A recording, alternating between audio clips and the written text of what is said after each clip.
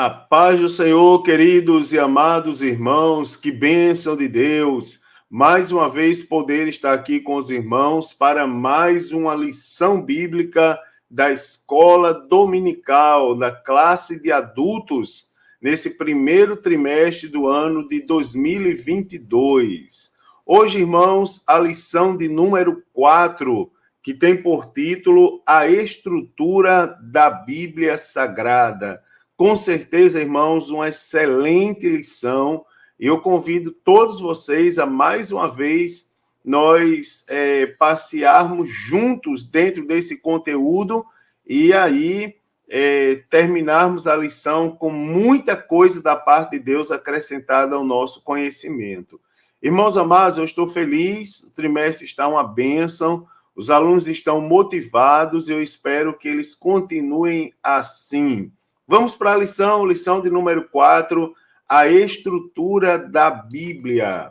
Irmãos amados, o texto áureo para essa lição está no Evangelho de Jesus Cristo, segundo escreveu o evangelista Lucas, capítulo 24, e versículo de número 44, onde diz assim: E disse-lhes, são estas as palavras que vos disse, estando ainda convosco. Convinha que se cumprisse tudo o que de mim estava escrito na lei de Moisés e nos profetas e nos salmos. A verdade prática dessa lição diz: a Bíblia se divide em Antigo e Novo Testamentos, totalizando 66 livros divinamente inspirados.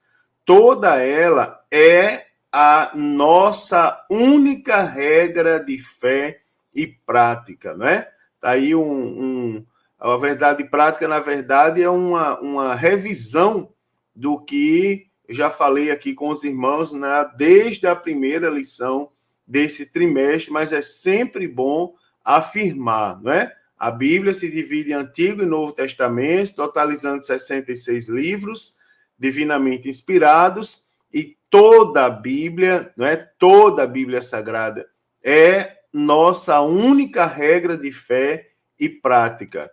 Irmãos, a leitura bíblica para essa lição está no Evangelho segundo escreveu o evangelista Lucas, capítulo 24, dos versículos 44 ao 49, onde diz assim: E disse-lhes, são estas as palavras que vos disse, estando ainda convosco.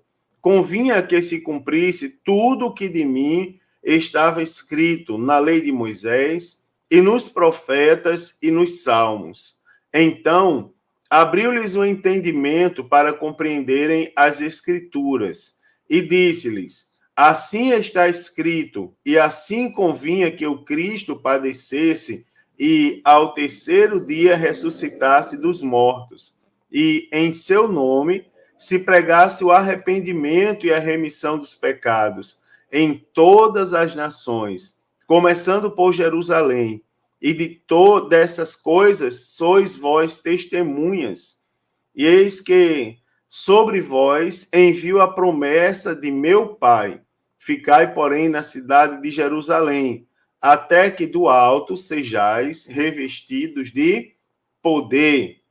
Há uma motivação para essa lição, irmãos, são algumas afirmações, tipo, passear pela Bíblia, não é, com desenvoltura, deve ser o objetivo de todo estudante sério das Escrituras.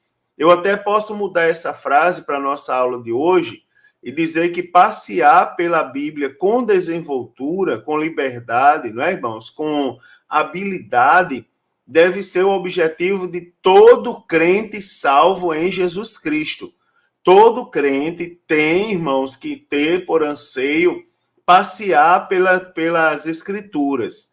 Eu estou um pouco admirado, a cada dia que passa a gente se admira um pouco mais com a reação das pessoas ao certificado de leitura da Bíblia Sagrada, né? Certificado de leitura anual. Todo ano eu publico o meu nas redes sociais, mas publico mesmo para chamar a atenção das pessoas para a necessidade de ler a Bíblia Sagrada. E todos os anos, pessoas dizem que pessoas inteligentes, ou que deveriam ser inteligentes, proferirem palavras inteligentes, fazerem afirmações inteligentes, dizem que não tem para que ficar fazendo tanta leitura da Bíblia Sagrada. Por quê, irmãos? Tem sim. Todo crente em Jesus deve ter anseio na sua alma pela desenvoltura, ou seja, por ter habilidade no manuseio das Sagradas Escrituras. Saber identificar os livros, né, e encontrá-los sem dificuldades, né, são habilidades que não podem ser desprezadas por um crente em Jesus. Então, o nosso objetivo nessa aula é encorajar, né, terminar essa aula, todos nós encorajados ali a usarmos a Bíblia com habilidade, tá certo? Vamos desejar usar a nossa Bíblia com habilidade. Tem algumas coisas que as pessoas falam no cotidiano e que influenciam as outras negativamente, infelizmente. Por exemplo, que não tem para que ler a Bíblia toda, isso aí é invenção. Outros dizem, eu tenho 50 anos de crente, nunca decorei um versículo, então tem algum problema aqui, ó. Tem que urgente. Minha avó dizia que comer cabeça de peixe ajuda no desenvolvimento da memória. Então tem que urgentemente comer umas cabeças de peixe aí para desenvolver um pouco a memória. Porque é praticamente impossível você ler a Bíblia Sagrada e você não aprender, tá certo? Muita coisa do que está escrito na Bíblia Sagrada. Então eu vou deixar, para eu não ficar chato insistindo nesse assunto, eu vou deixar as demais palavras mais para frente da lição.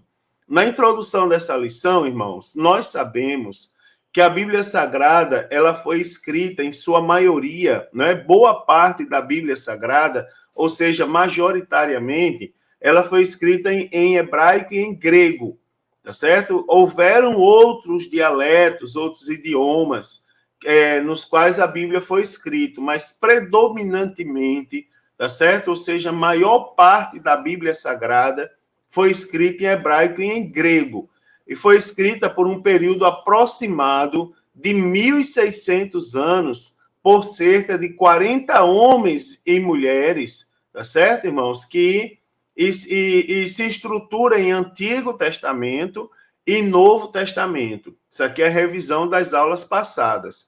Então, nós já sabemos também sobre a Bíblia, que são livros divinamente inspirados, tá certo? Também é revisão. Nós já sabemos que são livros indiscutivelmente inspirados por Deus para esses autores escreverem. E quando unidos, esses 60 livros, esses 66 livros, aliás, eles formam o cânon bíblico. Então, nessa lição, o nosso objetivo aqui, irmãos, é observar como a Bíblia está organizada. Nós vamos estudar a estrutura da Bíblia Sagrada. Vamos ver como a Bíblia está organizada, também a classificação dos seus livros. Vamos falar um pouco sobre a canonicidade, tá certo? Quem não sabe o que é isso, aguarde, porque eu já vou falar para os irmãos comentar um pouquinho sobre o cânon da Bíblia. Então, vamos falar um pouco sobre a canonicidade e as particularidades dos testamentos, não é? Alguns detalhezinhos genéricos sobre cada um dos testamentos, do Antigo e do Novo Testamento. Para começar, irmãos, vamos ver aqui rapidamente como a Bíblia está organizada, tá certo? Primeiro, a definição do termo Bíblia. Preste atenção que o termo Bíblia, alguém já deve saber, mas não custa repetir, que o termo Bíblia tem origem no vocabulário grego e também no latim, tá certo? Do grego vem o termo biblos, tá certo? Que tem o significado de livro e tem conotação de qualidade sagrada, ou seja, biblos, não é? No sentido de ser livros, serem livros sagrados, tá certo? A palavra Bíblia também no latim é um substantivo feminino, singular, feminino singular, que igualmente exprime a ideia de livro, tá certo? Então, por volta do ano 150 depois de Cristo, isso aqui são considerações importantes, os cristãos passaram a usar o termo em grego para a Bíblia, ou seja, os livros, né, para se referir a um conjunto de livros inspirados por Deus. Isso aqui, irmãos, você observa que não é difícil entender, não é difícil aprender, não é? O termo Bíblia, olha só, os crentezinhos pequenininhos da igreja lá, os alunos, as crianças, os adolescentes da escola dominical, até eles aprendem, até as crianças. Você disse, a Bíblia vem do grego, biblos, não é? E também que significa livros, não é? Ou do latim, que também tem a ideia de livros. E aí, ó, por volta de 150 depois de Cristo, os cristãos passaram a usar o termo grego, biblos, não é? Para a Bíblia, tá certo? Então, para se referir a um conjunto de livros inspirados por Deus. Dicionário bíblico, irmãos, Wycliffe, ele explica que o singular Bíblia, em latim, revela uma unidade de pensamento e uma pureza. Não é? Então, por isso, a coleção dos livros sagrados forma um único livro, a Bíblia Sagrada, que também é chamada dentro da própria Bíblia pelo apóstolo Paulo como de as Santas Escrituras. Não é, irmãos? Então, a própria Bíblia traz em seu contexto o significado de Santas Escrituras. Glória a Deus! Que coisa, que informação maravilhosa. Agora, em relação ao cânon da Bíblia, que é isso, que é cânon, né? Então, a expressão cânon procede do hebraico, não é? Cané, tá certo? Com o sentido de vara de medir. Preste atenção ao sentido. Cânon, vara de medir, né? Deixa eu ver se tem alguma coisa aqui em minha volta que eu possa usar como exemplo disso. O ideal seria uma régua, mas imagine que essa caneta que está em minhas mãos fosse uma régua, não é? Então, seria uma vara de medir. Vou pegar esse objeto e vou medir aqui, ó. Essa minha régua seria o cânon, tá certo? Então, o termo correspondente em grego, não é? É justamente canon, que significa exatamente régua. Então, desse modo, né, irmãos, na teologia, o vocábulo cânon é empregado como norma de avaliação para identificar os livros sagrados, ou seja, a medida, é a prova pelo qual os livros foram submetidos para medir se eles foram inspirados ou não. Então, preste atenção, se pegou o livro sagrado, os livros sagrados, nós vamos pegar cada livro especificamente e vamos medir, ou seja, vamos avaliar se aquele livro é sagrado. Então, essa avaliação, esses critérios de avaliação, ou simplesmente essa vara de medir ou essa régua, é o que se chama de cânon. Então, em vista disso, o termo canônico, tá certo? Passou a designar os 66 livros aceitos como divinamente inspirados. Quando você, aluno da escola dominical, ouvir por aí os livros canônicos, você já sabe, o livro canônico é aquele livro que passou pela vara de medir, que passou pela régua, que passou pelos critérios de avaliação para ele ser tido como livro santo. Então, isso quer dizer, irmãos, em outras palavras, que o Espírito Santo guiou o seu povo a reconhecer a autoridade desses escritos como regra de fé e prática.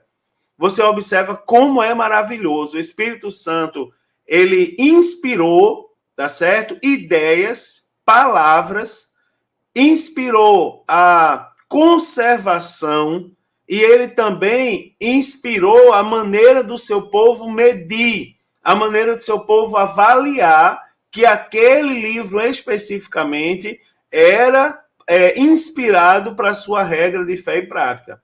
Então, nesse sentido, nós podemos afirmar já com segurança que o cânon bíblico está completo, ou seja, os livros inspirados já estão definidos, tá certo, irmãos? A vara de medir, a régua, já foi passada e nós já sabemos quais são os livros santos. Então, assim sendo, nós podemos afirmar também com segurança que nada pode ser acrescentado ou retirado das escrituras canônicas. Por quê? Porque as escrituras canônicas já foram medidas, já passaram por critérios. Então, não tem mais como acrescentar alguma outra coisa. E a própria Bíblia diz que ainda que apareça um anjo de luz, você observa que quando a Bíblia diz ainda que isso aconteça, ou seja, a Bíblia está considerando uma situação extrema. Por exemplo, quando eu era pequeno, a gente dizia lá no Nordeste assim, ainda que chova canivete. Ou seja, uma coisa que não vai acontecer, seria um extremo, seria um absurdo. Então a Bíblia diz assim, ainda que apareça um anjo de luz, ou seja, ainda que venha um anjo da parte de Deus, né, irmãos, anunciar outras palavras além das que estão escritas, seja ele anátema, porque nada pode ser acrescentado ou retirado das escrituras, porque elas já são canônicas, não é? Elas já foram medidas. Né? Hoje no mundo tem a ideia de reformar a Bíblia Sagrada.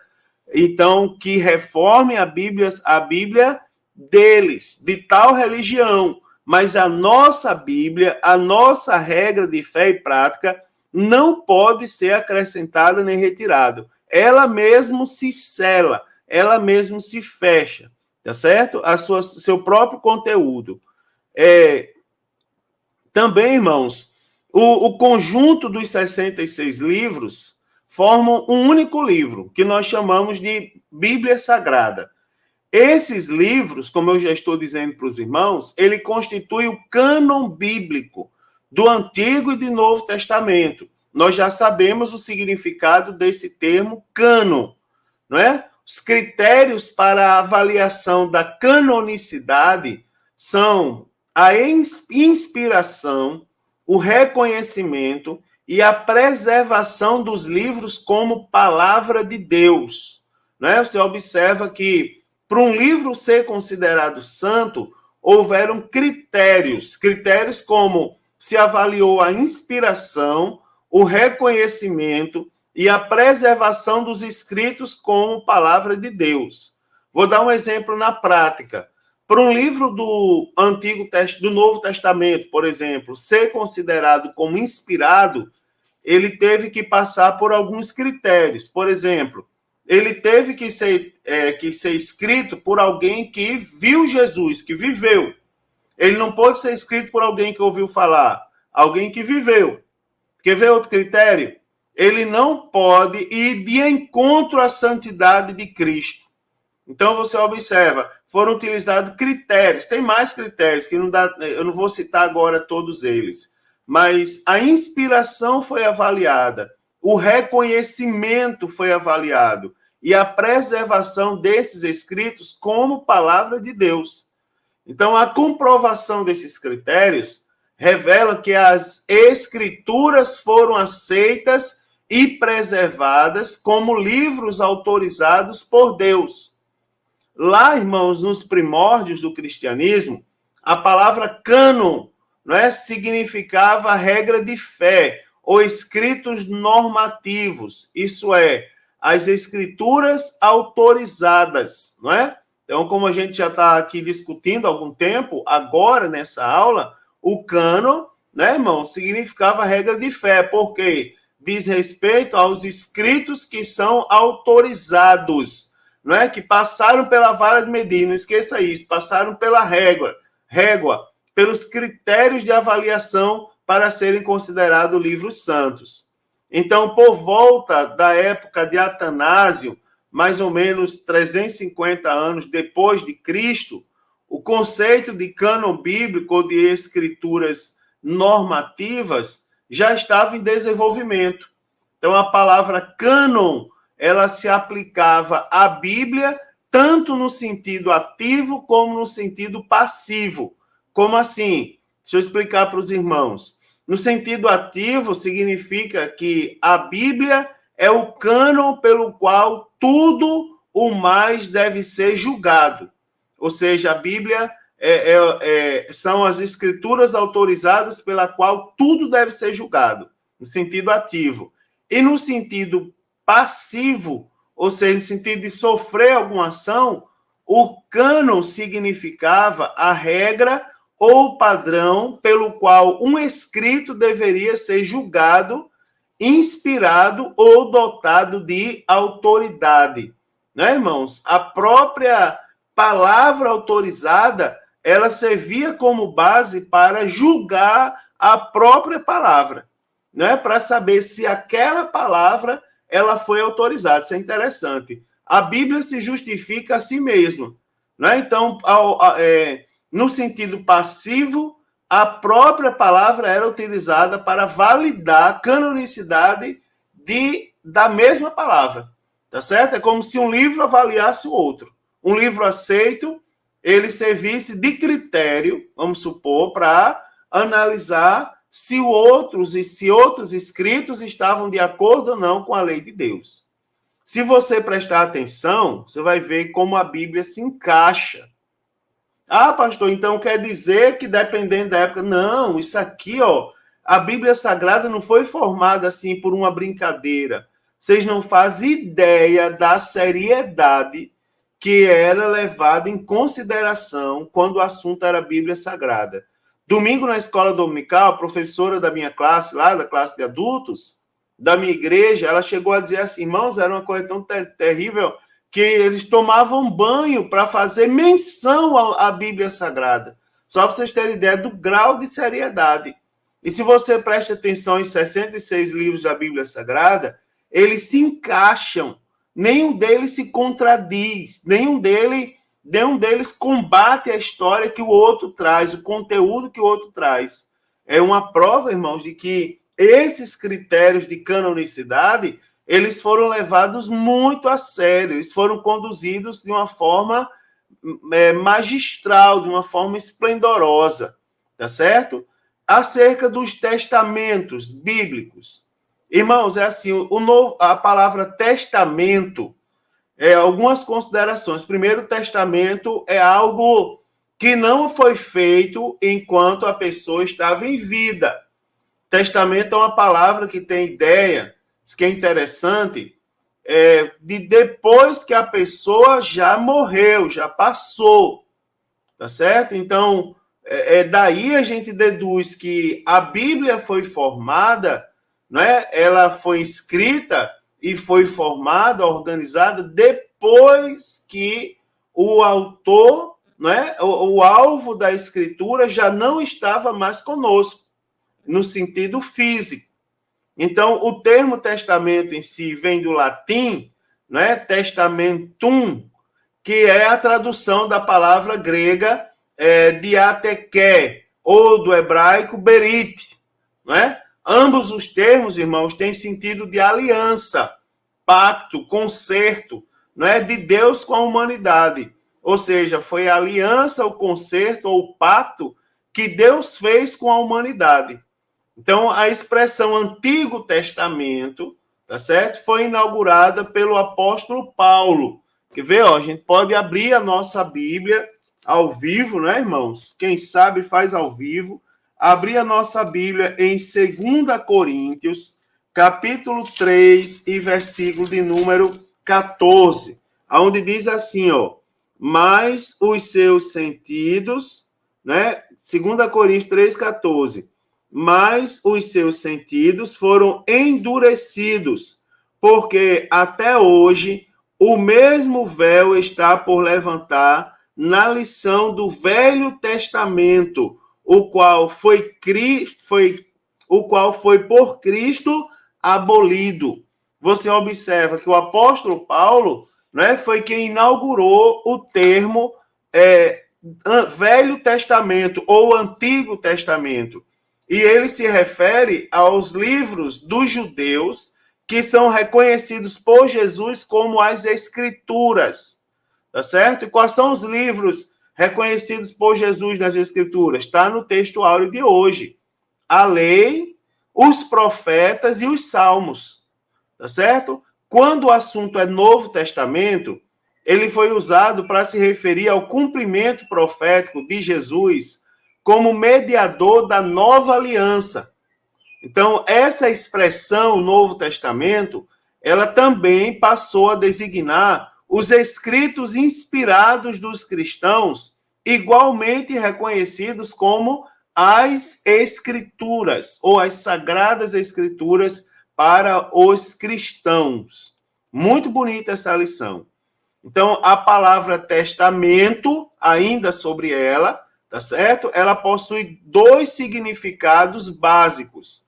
Primeiro, né, significa aliança, um pacto, um concerto, né? No Antigo Testamento, irmãos, nós achamos como tema central o pacto que Deus fez com Israel no Sinai. Pacto esse que foi selado com sangue, como também a profecia de uma melhor aliança que haveria de ser feita com o Messias, segundo profetizou os profetas. No Novo Testamento, se trata de uma nova aliança pelo sangue de Jesus, não é? Pela qual podemos chegar a Deus, por meio dessa aliança. Em segundo lugar, testamento significa a última vontade de alguém, né? O que eu falei ali anteriormente para os irmãos, que entra, quanto a seus bens, não é? Que entra em vigor após a morte do testador. Então, tanto o Antigo como o Novo Testamento fala das riquíssimas bênçãos, irmãos, que foram prometidas e vinculadas à morte do Messias. Não é? Isso é muito interessante. Guarde isso. Tanto o Antigo como o Novo Testamento falam das riquíssimas bênçãos que foram prometidas e vinculadas à morte do Messias. Vamos falar um pouco sobre o Antigo Testamento? Muito bonita essa lição, presta atenção. Um pouquinho sobre o Antigo Testamento. Primeiro, vamos falar sobre os livros do Antigo Testamento.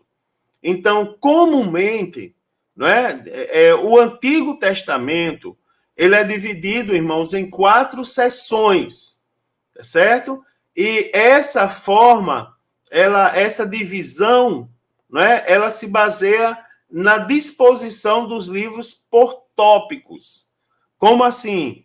O Antigo Testamento ele não está organizado em forma cronológica, não é, irmãos, de acontecimento dos fatos. Ele está organizado em tópicos de acontecimento. Por exemplo, no início da Bíblia nós temos a lei, depois nós temos a história, depois nós temos os livros poéticos, não é?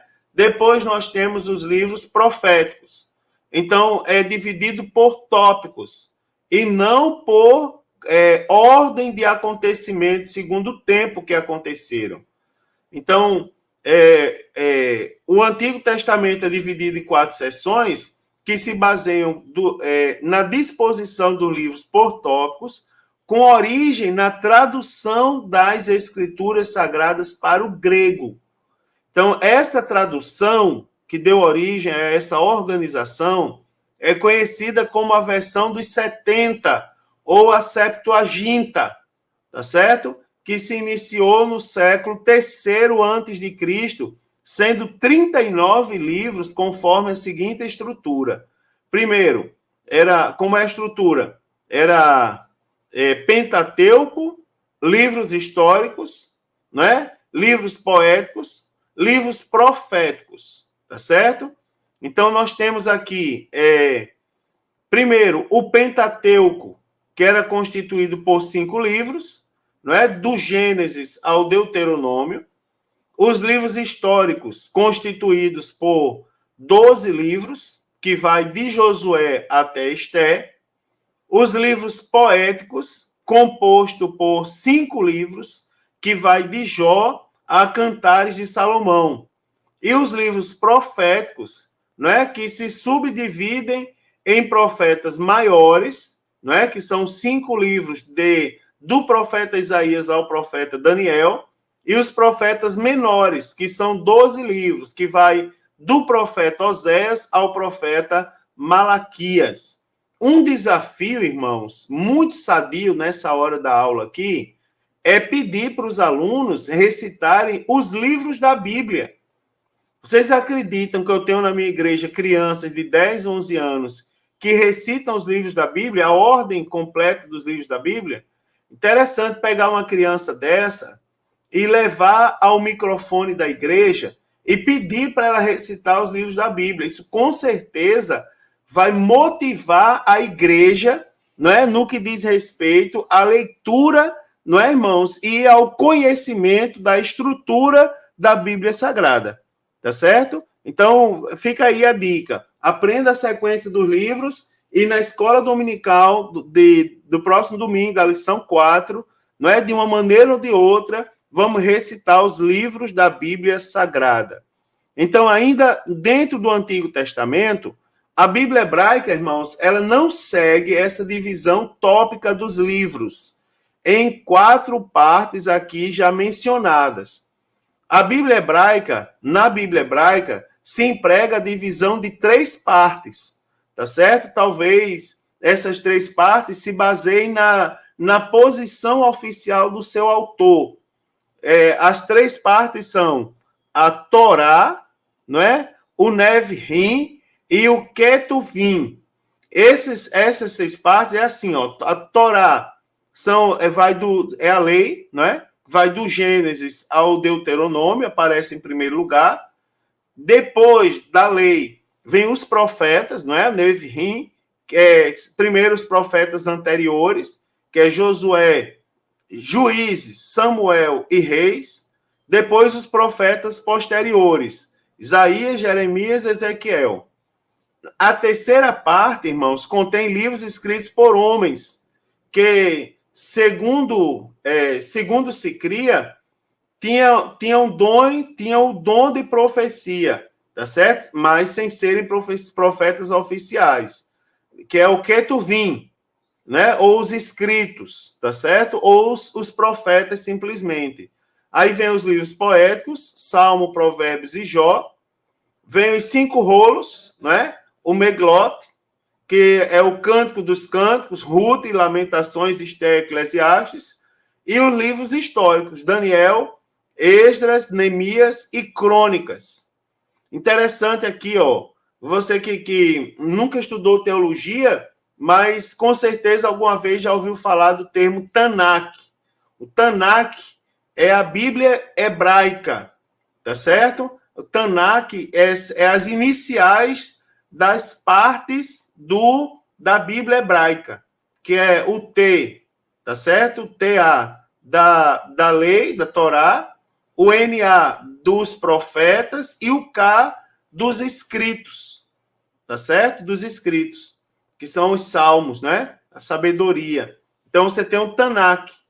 Isso no Antigo Testamento, não é?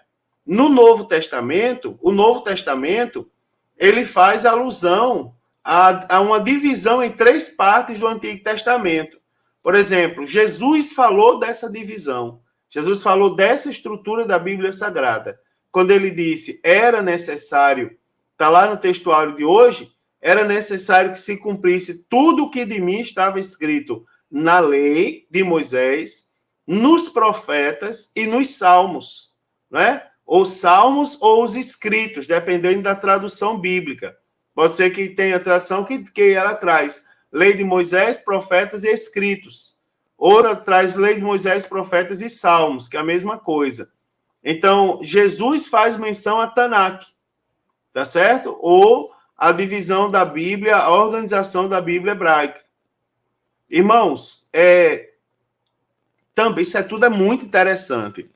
Acerca da canonicidade do Antigo Testamento, existem 3 fatores que foram base na avaliação de um livro para ele ser considerado canônico, ou seja, para ele ser considerado inspirado no Antigo Testamento.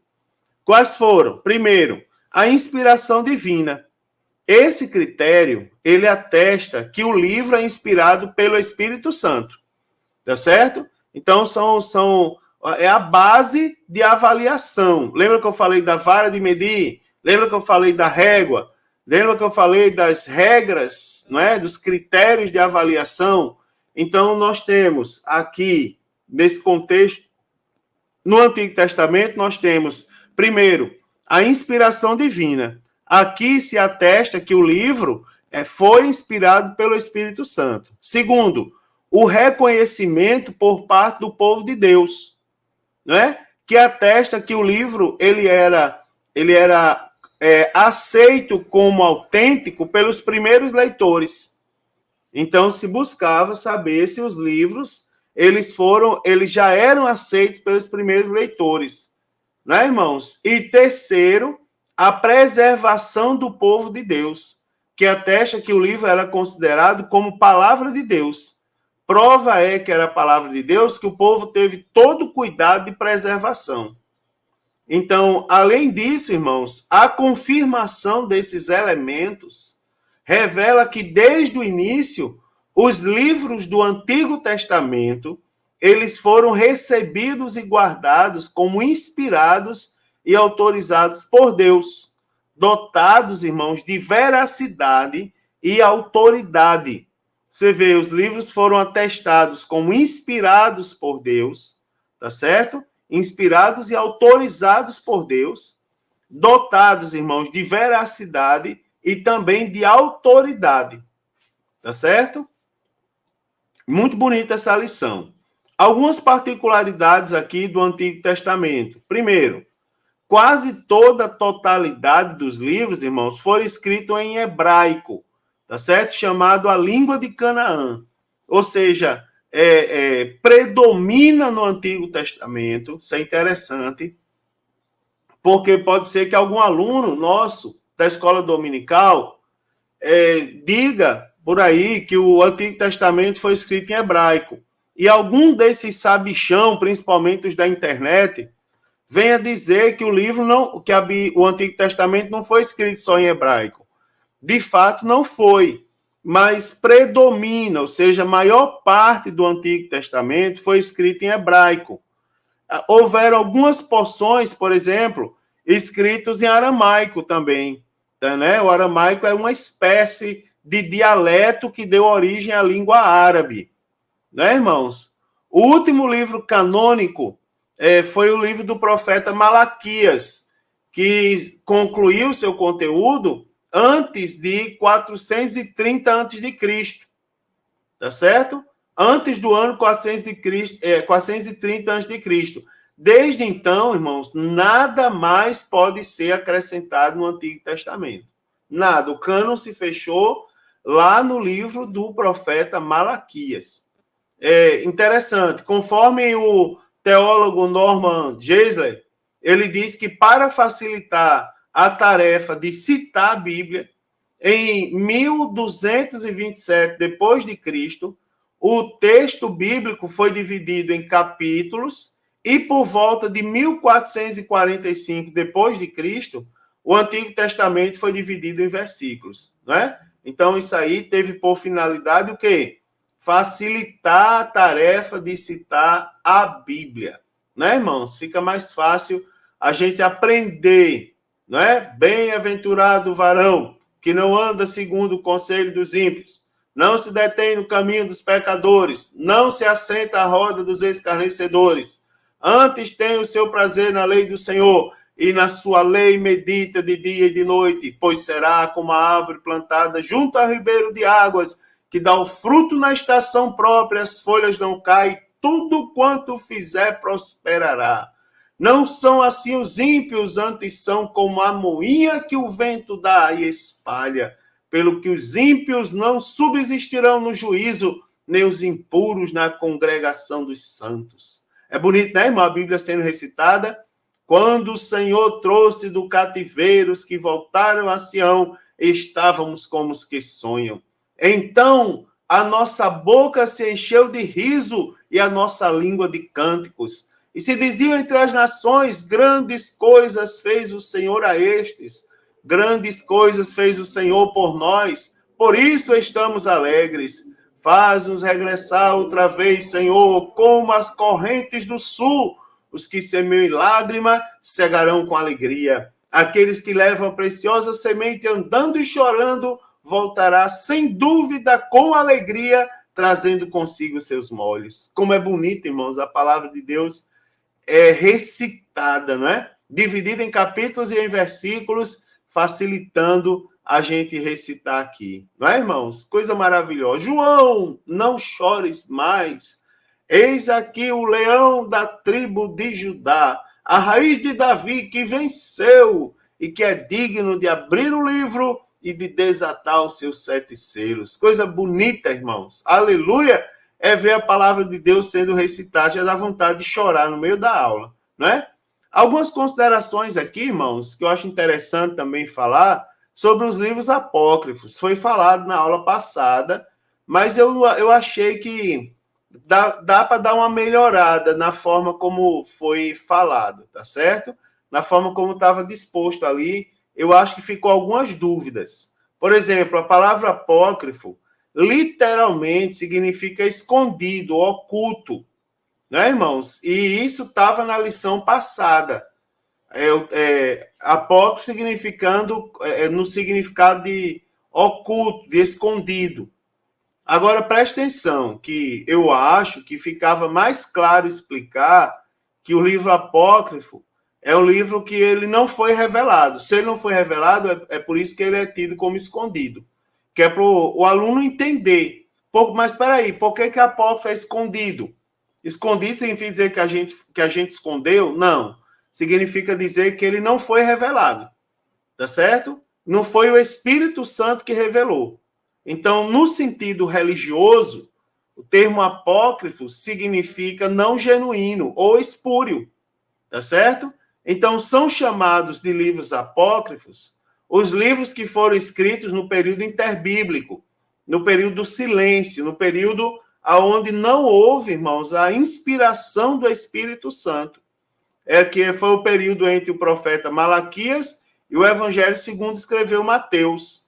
Não é? Nesse período, não houve influência do Espírito Santo, o que significa dizer que o que foi escrito dentro desse período não foi inspirado, não foi revelado por Deus. Por isso que é tido como escondido, porque não foi revelado.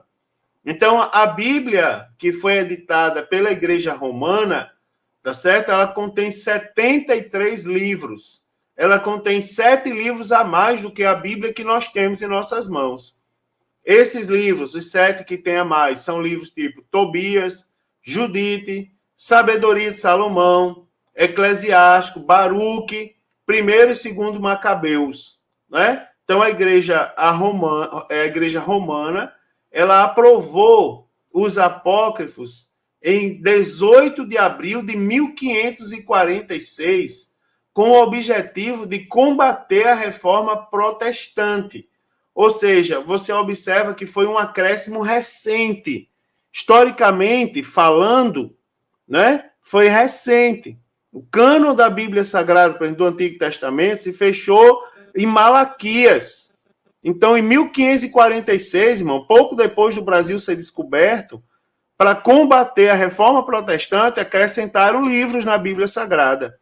Então, nessa época, só para vocês terem ideia, só para deixar mais clara essa história dos apócrifos, os protestantes, eles combatiam as novas doutrinas romanistas, como, por exemplo, a doutrina do purgatório, da oração pelos mortos, da salvação pelas obras, não é? Quem já ouviu falar na reforma protestante, já ouviu falar nisso.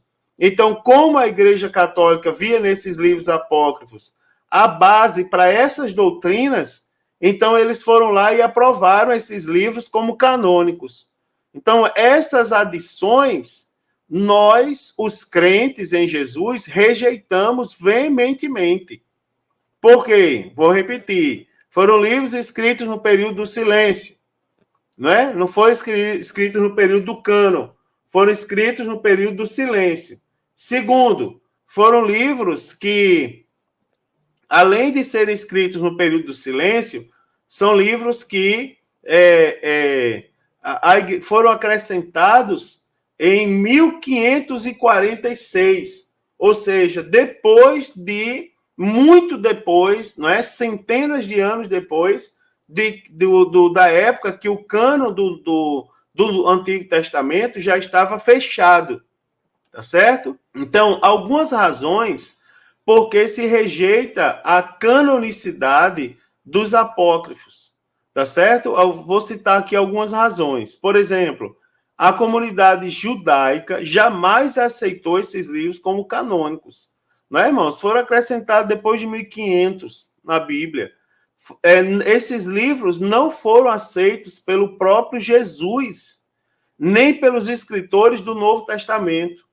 Então, a maior parte dos pais da igreja rejeitou a canonicidade desses livros.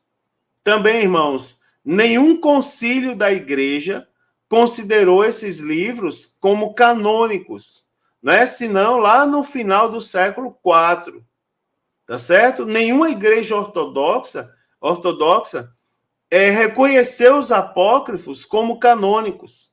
Então, eles não reivindicam ser proféticos, não detêm autoridade divina. São livros que contêm erros grosseiros da história. São livros repletos de heresia, não é, irmãos? Como, por exemplo, a oração pelos mortos. Então, há uma evidente ausência de profecia nesses livros, não é? E mais, o povo de Deus, a quem os apócrifos foram escritos, recusou esses livros terminantemente. Então, são razões para o qual se observa que não se enquadra em nenhum daqueles critérios de canonicidade que eu citei há pouco tempo do Antigo Testamento.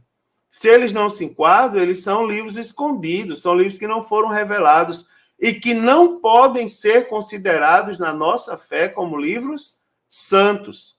Tá certo? Qual é o tema central do Antigo Testamento? Ainda sobre o Antigo Testamento. Então, cerca de 6 vezes no Novo Testamento se afirma, irmão, ser Jesus o próprio tema do Antigo Testamento. Por exemplo, no caminho de Jerusalém para Emaús, Jesus, com a finalidade de esclarecer sobre a sua morte e ressurreição, ele reafirmou seu tema central das Escrituras. Evangelho segundo escreveu o evangelista Lucas, capítulo 24, versículo 27, diz assim: e começando por Moisés e por todos os profetas, aplicava-lhes o que deles se achava escrito em todas as Escrituras. Então você observa que Jesus, com a finalidade de esclarecer sobre a sua morte, ele afirmou ser o tema das Escrituras, não é? Da semente prometida em Gênesis 3:15, através do servo sofredor, em Isaías 53, ao que transpassaram conforme Zacarias 12:10, e o anjo do pacto em Malaquias 3:1, você observa que Jesus é visto em todas as partes do Antigo Testamento, o que ele mesmo reafirmou quando ele se revelou aos seus discípulos em Jerusalém, em Lucas 24:44, não é? E disse-lhes: são estas as palavras que vos disse, estando ainda convosco. Convinha que se cumprisse tudo o que de mim estava escrito na lei de Moisés e nos profetas e nos salmos.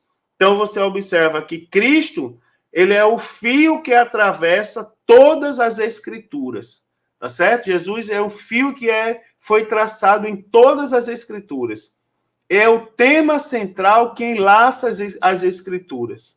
Então a gente tem, no Antigo Testamento, a lei, tá certo? A lei, a gente pode fazer um resumo aqui e fica bem fácil e maravilhoso da gente aprender, A lei, o fundamento da chegada de Cristo, a história, né? A preparação para a chegada de Cristo, a poesia, não é, irmãos? O anelo pela chegada de Cristo e a profecia como a certeza da chegada de Cristo.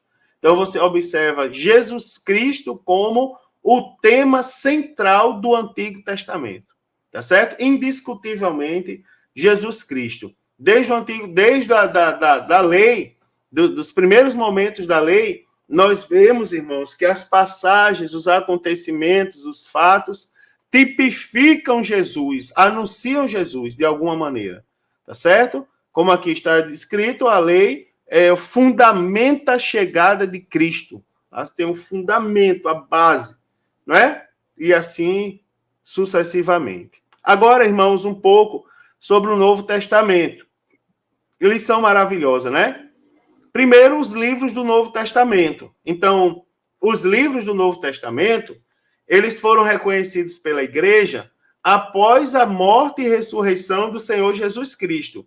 Não é? Lembre-se daquela ideia de testamento. Então, o testamento, ele traz em seu contexto a vontade do autor, né? A vontade do personagem principal, após a sua partida.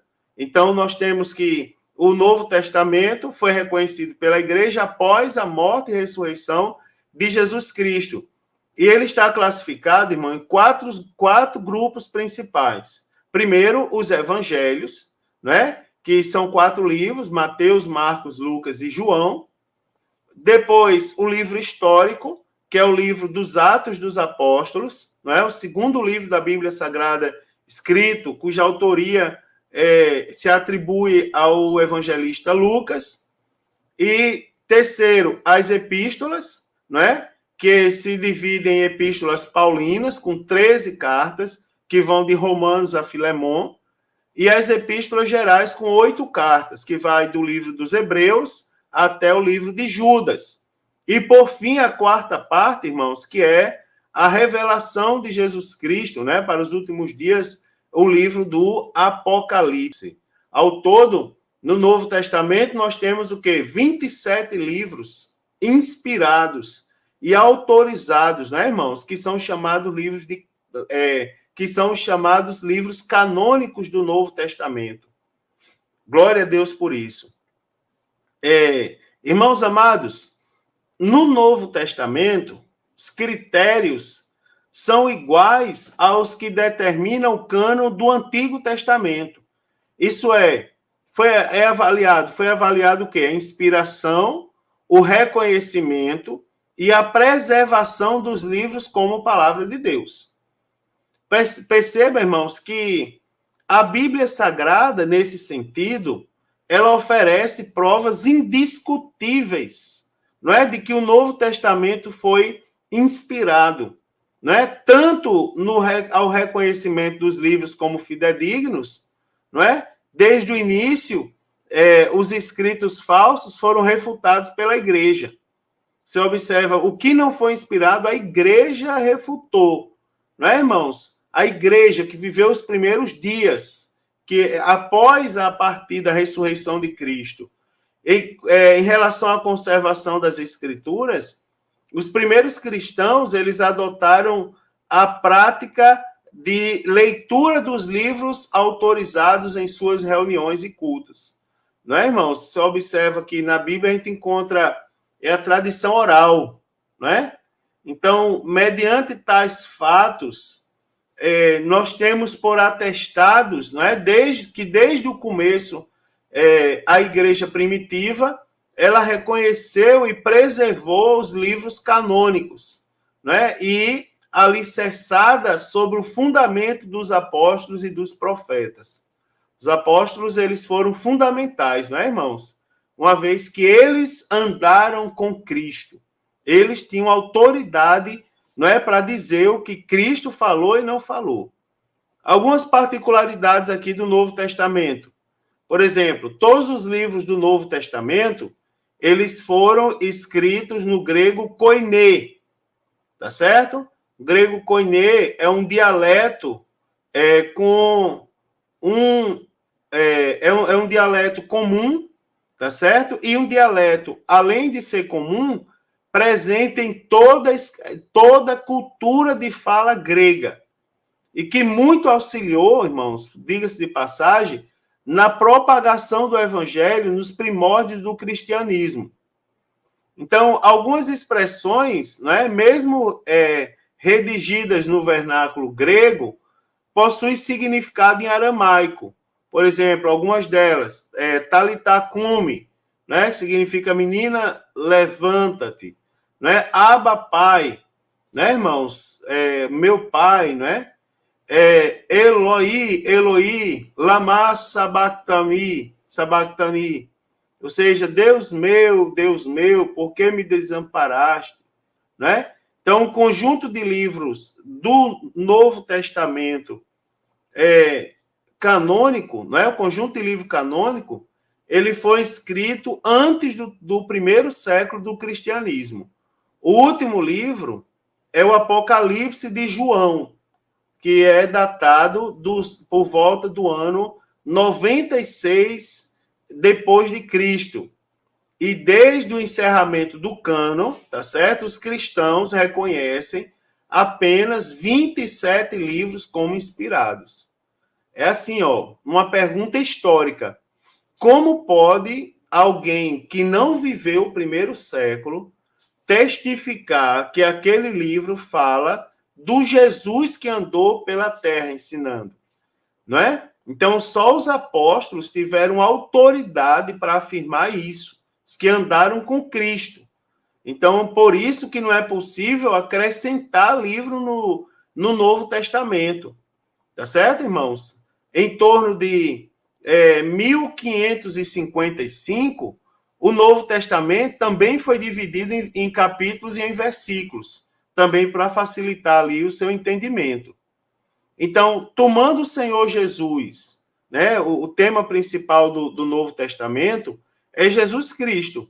Né? Então, levando em consideração o que a gente já falou sobre Jesus, sobre o tema principal no Antigo Testamento, levando em consideração aquela história do fio que é traçado no meio de todas as Escrituras, que vai do início ao final, onde esse fio é o próprio Jesus, o tema principal da Bíblia. Então, tomando o Senhor Jesus como centro da Bíblia Sagrada, nós podemos resumir que os 27 livros em 4 palavras referentes a ele, que se refere ao próprio Jesus Cristo, né? Levando em consideração que ele é o tema principal, a gente pode dividir a Bíblia, o Novo Testamento, em 4 palavras que levam em consideração o próprio Jesus. Por exemplo, a manifestação de Jesus, a propagação da mensagem de Jesus, a explanação da mensagem de Jesus e a consumação da mensagem de Jesus. Então, a manifestação, nós temos os evangelhos, não é? Que tratam da manifestação de Jesus em carne. A propagação é o livro histórico, o livro dos Atos dos Apóstolos, que traz em seu contexto a propagação de Cristo. A explanação, irmãos, são as epístolas, não é? Que são a explanação da doutrina de Cristo. E a consumação, tá certo? Que é o livro do Apocalipse, que trata da consumação de todas as coisas que foram preditas por meio de Cristo. Apenas uma observação aqui, que as pessoas sempre fazem, uma dúvida comum, principalmente no meio da juventude ou dos novos convertidos, é acerca do termo epístolas ou cartas, não é? Assim, Jesus escreveu, aliás, o apóstolo Paulo, Jesus não, o apóstolo Paulo, escreveu epístolas ou cartas? Ou carta é a mesma coisa que epístola? Não é. É certo? Às vezes a gente vê os irmãos fazendo a leitura na igreja, aí ele diz, abra sua Bíblia na carta aos Romanos. Carta ou epístola, né, irmão? Tanto faz. Não. Essa história de tanto faz dá a ideia de ser a mesma coisa. A questão é que o apóstolo Paulo escreveu, só uma observação, uma curiosidade, que eu acho pertinente aqui. O apóstolo Paulo escreveu cartas que se transformaram em epístolas, não é? Se a gente fosse ver a subdivisão das epístolas paulinas, que é tema para outra lição, a gente vai ver que o apóstolo Paulo escreveu cartas para cidades, uma carta para uma região, que foi a carta aos Gálatas. Ele escreveu carta para pessoas. Ele escreveu da prisão, ele escreveu, enfim, são várias as classificações das cartas do apóstolo Paulo. Agora, as cartas do apóstolo Paulo, elas tinham um destino específico, que é a característica de carta. Mas elas se transformaram em epístolas, porque elas tomaram a dimensão universal. A carta que o apóstolo Paulo escreveu a Roma serve como base para a nossa fé no Brasil e serve como base para a fé no mundo inteiro, para a fé em Cristo no mundo inteiro. Então, Paulo escreveu carta. Carta é um meio de comunicação onde se há uma limitação de palavras, uma limitação de destinatário, né? Há um destinatário específico. A epístola não. Ela tem uma quantidade maior de palavras, ela tem um sentido universal, não é, irmão? Então, só para esclarecer. Na verdade, o apóstolo Paulo escreveu cartas que tomaram a proporção de epístolas, não é? Então, voltando aqui para o Novo Testamento, as Escrituras, irmãos, sem Jesus, segundo, não é, o pastor Antônio Gilberto, as Escrituras sem Jesus seriam como a física sem a matéria, ou como a matemática sem os números, não é? Ou seja, as Escrituras sem Jesus não seriam as Escrituras. Cristo, ele tem a preeminência e a centralidade de todas as coisas, não é? Cristo. Para concluir aqui a nossa lição, uma lição muito bonita, muito rica, muito pertinente, né? Muito instrutiva. O conjunto dos 66 livros, irmãos, formam um único livro, que é a Bíblia Sagrada, tá certo? Esses livros constituem o cânon bíblico do Antigo e do Novo Testamento. Os critérios para avaliação da canonicidade são a inspiração, o reconhecimento e a preservação dos livros como palavra de Deus.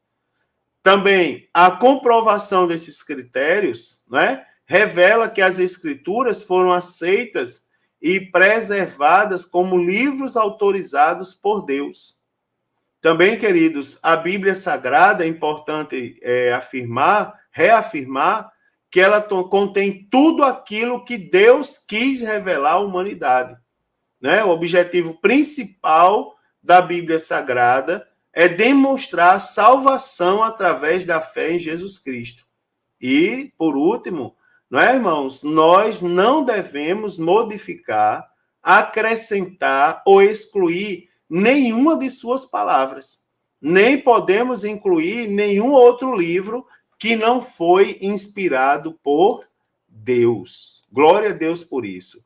Que lição maravilhosa, né, irmãos? Deus abençoe os irmãos, tenham uma excelente aula, tá certo? Aproveitem bastante essa aula, tire dúvidas simples, como nomenclatura, abreviação, né, irmãos? Organização em capítulos, em versículos.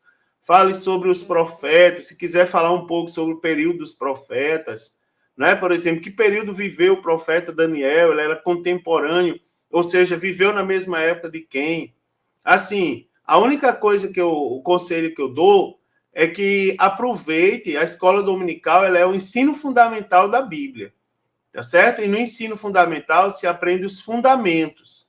Cuidado para não se aprofundar tanto na teologia, não é? No entanto, que eu vejo umas pré-aulas aí que o povo fala tanta teologia que eu acho que acaba a aula da escola dominical, os alunos dizem assim, afinal, Jesus é ou não é o Filho de Deus? Né? Porque falou tanta coisa que a gente nem sabe o significado. Então, assim, se os alunos e os professores, ao final dessa lição, compreenderem com segurança e fixarem a estrutura da Bíblia Sagrada, o objetivo da lição foi cumprido. Então, que Deus nos abençoe. Desejo uma excelente escola dominical a todos. E se Jesus não voltar, a próxima semana eu estarei aqui com os irmãos comentando a lição de número 5. Paz do Senhor, queridos. Que Deus abençoe vocês e a sua família.